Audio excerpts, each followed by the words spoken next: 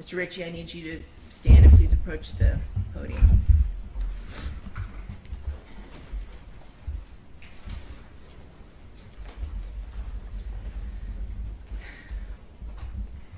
Mr. Richie, the court has thoroughly reviewed and considered the record concerning defendant's trial, including both the guilty and penalty proceedings, as well as the memoranda submitted by both the state and the defense. The court has also evaluated and weighed the aggravating factors the jury has found to exist beyond a reasonable doubt and the mitigating circumstances established by the evidence.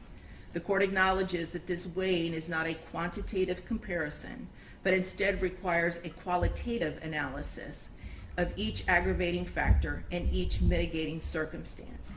The court has assigned an appropriate weight to each and finds that the aggravating factors found to exist heavily outweigh the mitigating circumstances presented. The court finds that the jury's recommendation to impose a death sentence is consistent with its verdict and is based on the evidence presented regarding the aggravating and mitigating circumstances. The court agrees with the jury's unanimous recommendation based on its own assessment of the aggravating factors weighed against the mitigating circumstances. The court finds that the aggravating factors substantially outweigh the mitigating circumstances and sufficiently warrant a sentence of death in this case. Therefore, the court finds that the sentence of death is the appropriate penalty the court should impose for the murder of 9-year-old Felicia Williams, as charged in count 1 of the indictment. Accordingly, as to count 1, for the first-degree murder of Felicia Williams, the defendant, Granville Richie, is hereby sentenced to death. Defendant shall be delivered into the custody of the Florida Department of Corrections at the Florida State Prison, where he shall be confined until a date certain, selected by the governor of the state of Florida, and on that date, defendant shall be executed in a method provided for by the laws of the state of Florida. As to count 2, for the sexual battery of a victim less than 12 years of age by a defendant over the age of 18, committed against 9-year-old Felicia Williams, defendant shall be sentenced to life in prison without the possibility of parole. As to count 3, for the aggravated child abuse of Felicia Williams, defendant shall be sentenced to 30 years imprisonment. Counts 1, 2, and 3 shall run consecutively to each other. However, the 2 cases you pled to earlier today will run concurrent with count 1. Counts 1, 2, and 3 shall run consecutively to each other.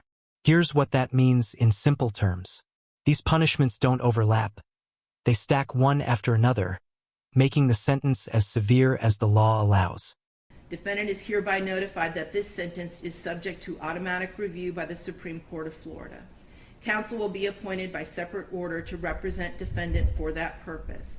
Further, pursuant to section 922.105 Florida statutes, defendant has 30 days from the issuance of a mandate from the Supreme Court of Florida affirming the sentence of death to elect death by electrocution by the procedures required by law.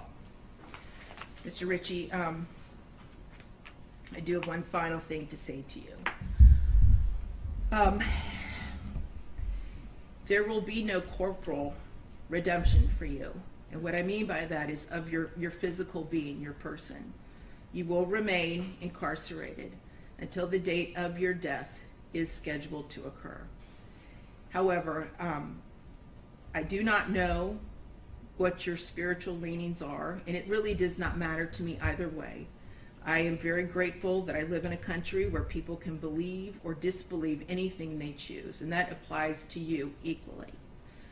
However, if you do ever pray to a higher power, either now or at some point before the date of your death is scheduled to occur, and you truly seek forgiveness and redemption for the sins and the crimes you have committed, I hope that you are granted it. And I do still see the humanity in you.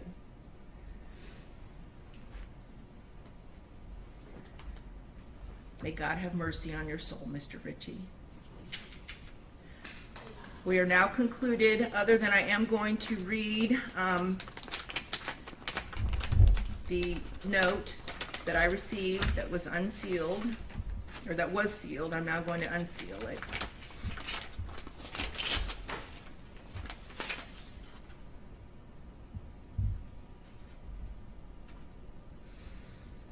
And it is a card, and it says, "I thank God as I remember you." 2 Timothy 1:3, and it's from the family of Felicia Williams, and it's a photograph of Felicia, aka Sugar Plum.